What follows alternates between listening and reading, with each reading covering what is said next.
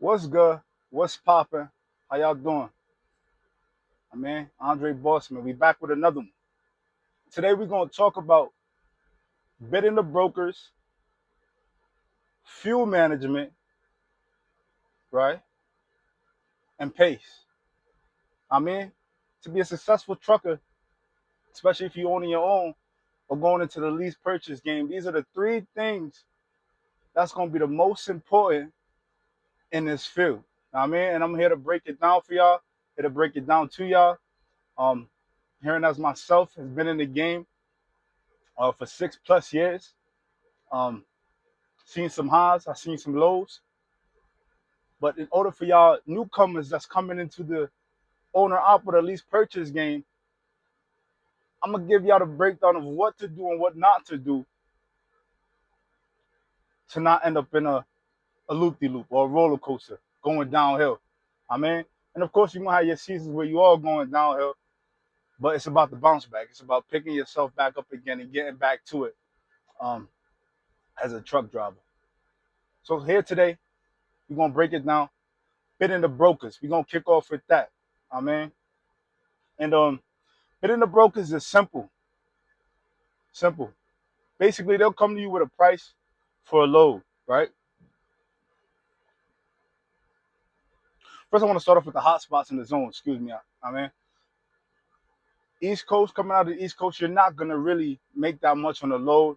You know, New England, Pennsylvania. But Pennsylvania got some good loads. Excuse me, but like Maine, you know what I mean? The South, that's where the chicken's at. The Midwest, that's where the chicken's at. Florida, definitely not coming out of Florida stuff. Um, and staying in the West Coast, no, but West Coast to East Coast, definitely. And we're gonna get to all that in the regions too. So say if you got a load, um, coming out of Connecticut, right? Let me shout out CT, and that load only paying like, and it's going to like Ohio or something like that, right? That's like what 600 miles. That load should be at least paying somewhere between 15 and 1800, right? If you want a dry box, and a drive in. But sometimes in the Northeast, instead of giving you that 15 to 1800 of what you really want or that's recommended, because you know your math, they're gonna try to shortchange you. They're gonna try to give you that load for like 1,000, 600 miles for 1,000, and if you do the ratio on that, that's less than $1 a mile. So bidding the brokers is important. You got to know your value. You got to know your status out here on the road. You can't let a finagle and finesse you. So it came. Say if that load from Connecticut to Ohio was paying 1,200 flat or 1,250. I'll be like, yo, man, you know what I mean? Can we get it for like 1440, 15? I always talk them up, never talk them down because they got chicken.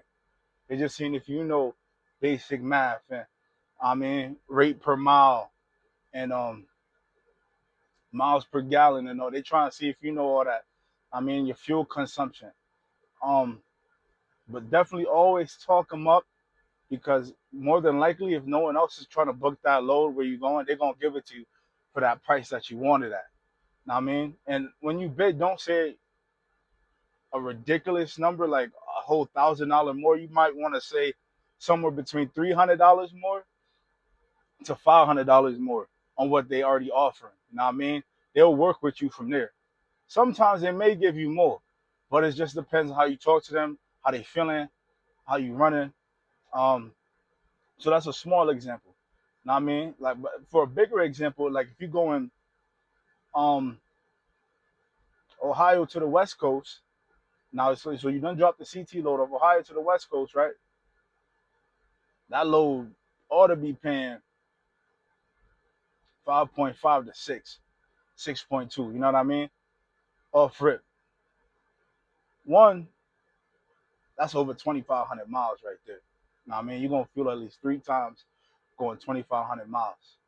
So anything under 5.5, the brokers is definitely getting you. So say if they offer you a load for 5,000, 2,500 miles, you be like, hey man, can we do it for 55, 5,500? See what they say.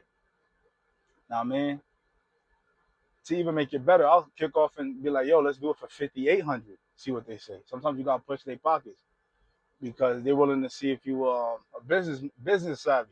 I mean, if you got the mindset to talk them up and not be afraid to swindle them a little bit. I mean, it's all a give and take game. So you just gotta know how to talk to them nice. I mean, I won't say you really finagling on them because they got chicken and they work with other companies, but it's about your benefit. You know what I mean? You out here running, you out here away from family, you know your worth and your value of being a truck driver. So always talk them up. You could definitely get it for 6K in the drive-in for 2,500 miles, and that's not bad, especially if you ran earlier in that week and you know your pockets has been blessed by doing such. But never be afraid to always bid up. You know what I mean? And let's get to the regions. So the regions again, Northeast does not pay very well coming up out of there. I do not know why, but that's just the game of trucking. When you start vouchering out to the Midwest area, Ohio, Indiana, Illinois, it starts to be a bigger variety um, of the amount you can make as a driver. You know what I mean? Um, so say if you was doing the load, same mileage like how we addressed the Connecticut one, 600 miles from Connecticut to Ohio. Say if you was doing that in Illinois, 600 miles from Illinois to like South Kakalaka, South Carolina. You know what I mean? I think that's about 6 or 7. In Illinois, they'll probably give you 2 racks for that load off rip. I mean, I don't know what it is. It's just they more truck friendly. It's more industry driven out in the Midwest. But yeah, off a load like that, you know what I mean? 600, 700 miles, you could make them near closer to, especially in this economy because, the fuel, once the fuel goes up, the loads have to go up because trucks have to keep moving to keep the supplies running. That's where you get them at. I mean, so you talk them up like, yo, man, I'm paying 4.9 in the middle of Kentucky for fuel. That's crazy. You know what I mean? Kentucky's supposed to be like 3.3 for fuel. You know what I mean? But, since everything that's transpiring, it's going to go up. So what you want to do on a load like that, I mean, basically, yeah, in the Midwest, they'll give you the right change for the mileage connected with it. You know what I mean? The South as well. You know what I mean? Coming out of Georgia, going across, of course, Texas. One thing I noticed though, if you're doing West Coast to West Coast, like if you're in Seattle going down to LA, that's like 1,000 miles, 1,050 miles, right? You're not even gonna probably make 1,500 on that. They trying to give you like 1,200 for 1,000 miles. The West Coast is tough. That's probably one of the toughest staying in that region. Um, don't really recommend it. A lot of hills, a lot of mountains you gotta climb. And it's just the rate per mile never add up. But it is good to pull something from the top, like Seattle, Oregon, whatever, and take it down to LA, California, or San Diego, wherever, Fresno, and then pull up out of Cali, straight back to the East Coast or the Southeast, wherever you live at. From there, that's about 2,800, 2,900 miles east to west. You know, they say 3, but it's only 3,000 miles if you really, basically, if you're going from LA to Maine. That's about it. But LA to PA and all that New England, it's about like 2,900, close to 3. You could round it up, but 28. You know what I mean? Something like that, you could definitely ask for like 6.5 or a frip. Like, hey man, I'm going coast to coast. Fuel in California is ridiculous, almost $8, $9. Brother man, I'm gonna need 6.5 for this load, bro. 7 almost. If you could get 7, shoot for 7. I mean, in the drive-in. I know rates is different for other divisions, but in the drive-in, if you could shoot for 7K, 7.2K, east to west, definitely do it, man. Definitely put that extra chicken in your pocket because you're gonna fuel at least three times on that run, 3 to 3.5 times east to west. So, you know what I mean, always make sure you benefiting yourself as a driver, as a lease purchase, as an owner operator. You know what I mean, you got family to get back to. You out on the road, trading in your time uh, for work, for finances. You know what I mean, to take care of your family. So always make sure, excuse me, that you are good as a driver as well. I mean, and pace yourself. Pace yourself. You know what I mean? Don't let these dispatchers or brokers hurry you up. I know it get annoying when you get that call ETA, brother, please, brother, help me, brother. What is your ETA, brother? Brother, man, you see the truck rolling down the road. You got the cameras. You got, you know what I mean? You see the GPS. You know what I mean? But they will push you. Sometimes they will hassle you. Not as much. As long as you put your foot down and talk to them, like, yo, man, I can't do it. I can't do it at this moment. I'm fatigued. I'm not pushing the clock. I mean, but sometimes you gotta do what you gotta do. But don't let them push you, especially if you fatigue. You gotta know your own body. You gotta know your own strength. Um, the joy of the Lord is my strength. I hope He's your strength too. God loves you, and just know your body. Don't let them overwork you, man. That's one thing about it. Sleep depravity, being sleep deprived, can take a toll on your body. There's a difference between being tired and exhausted. Exhausted is that deep pain you feel when you're sleep deprived. Your body aches even when you're laying down trying to sleep. And I'm not talking from working or being sore, it's just tiredness. You know what I mean? That deep tiredness. I sleep deprived. Sleep deprived. You know what I mean? So make sure before you feel that, you're taking the preemptive measures to get your rest throughout the week. Throughout the day. Take your naps. Little 2 hours here. I don't take naps though. I can't do the little 2 hours, jump up and dip. I just I mean, I gotta just keep going. When I start feeling fatigued, I'm gonna call it one. There's no ifs, ands, or buts. I don't care if the load gotta be so and so. I'm usually good on time though. Make sure you're always good on time. Give yourself that leeway. But if it's to the point where they load you late and you have to travel and it's a hot load and I'm beat, I'm like, bro, you know what I mean? They loaded me late.